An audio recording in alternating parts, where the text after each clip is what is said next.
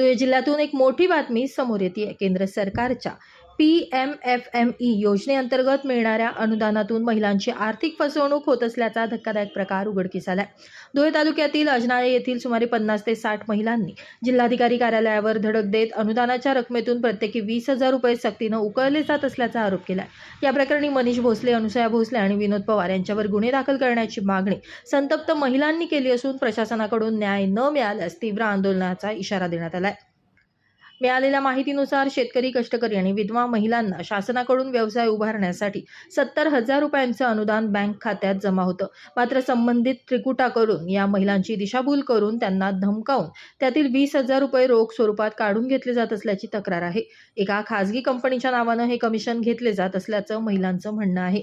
केवळ अजनाळेच नव्हे तर परिसरातील सुमारे 27 ते 28 गावांमध्ये असाच प्रकार घडला असून या कथित गैरव्यवहाराची व्याप्ती मोठी असण्याची शक्यता वर्तवली जाते। जिल्हा प्रशासनानं या संपूर्ण प्रकरणाची सखोल चौकशी करून दोषींवर कठोर कायदेशीर कारवाई करावी अशी मागणी आता जोर धरू लागली आहे।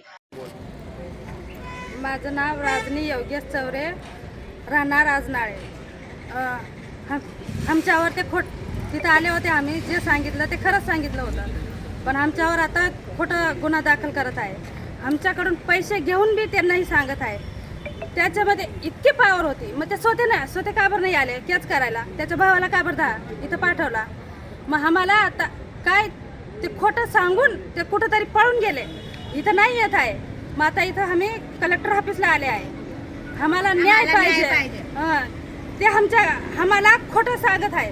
आम्ही त्यांचे पैसे नाही घेतले, पण ते पैसे घेऊन बी नाही सांगत आहे। एका जणाकडून नाही 50 बायाकडून पैसे घेतले आहेत त्यांनी। एका जणाकडून 20,000 रुपये। अनुसया मनेश भोसले, मनेश आप्पा भोसले, विनोद कांतीलाल पवार, एक ग्रुप झाले आहे त्यांचे, आणि ते आमच्यावर खोटं म्हणजे आम्हाला खोटं काढत आहे का आम्ही पैसे त्यांचे नाही घेतले। आम्हाला आता न्याय पाहिजे, आम्हाला दुसरं काहीच नाही सांगायचं आहे। त्यांच्यावर गुन्हा दाखल व्हायलाच पाहिजे।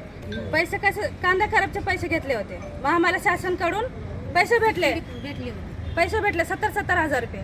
बँकवाल्यांनी 14,000 रुपये काढले आणि त्यांनी 20,000 रुपये कॅश घेतले आमच्याकडून। कोणी घेतले पैसे? अनुषा मनेश भोसले, मनेश आप्पा भोसले, विलाल पवार। किती महिलांची फसवणूक झाली? 50 बाया, 50 महिला।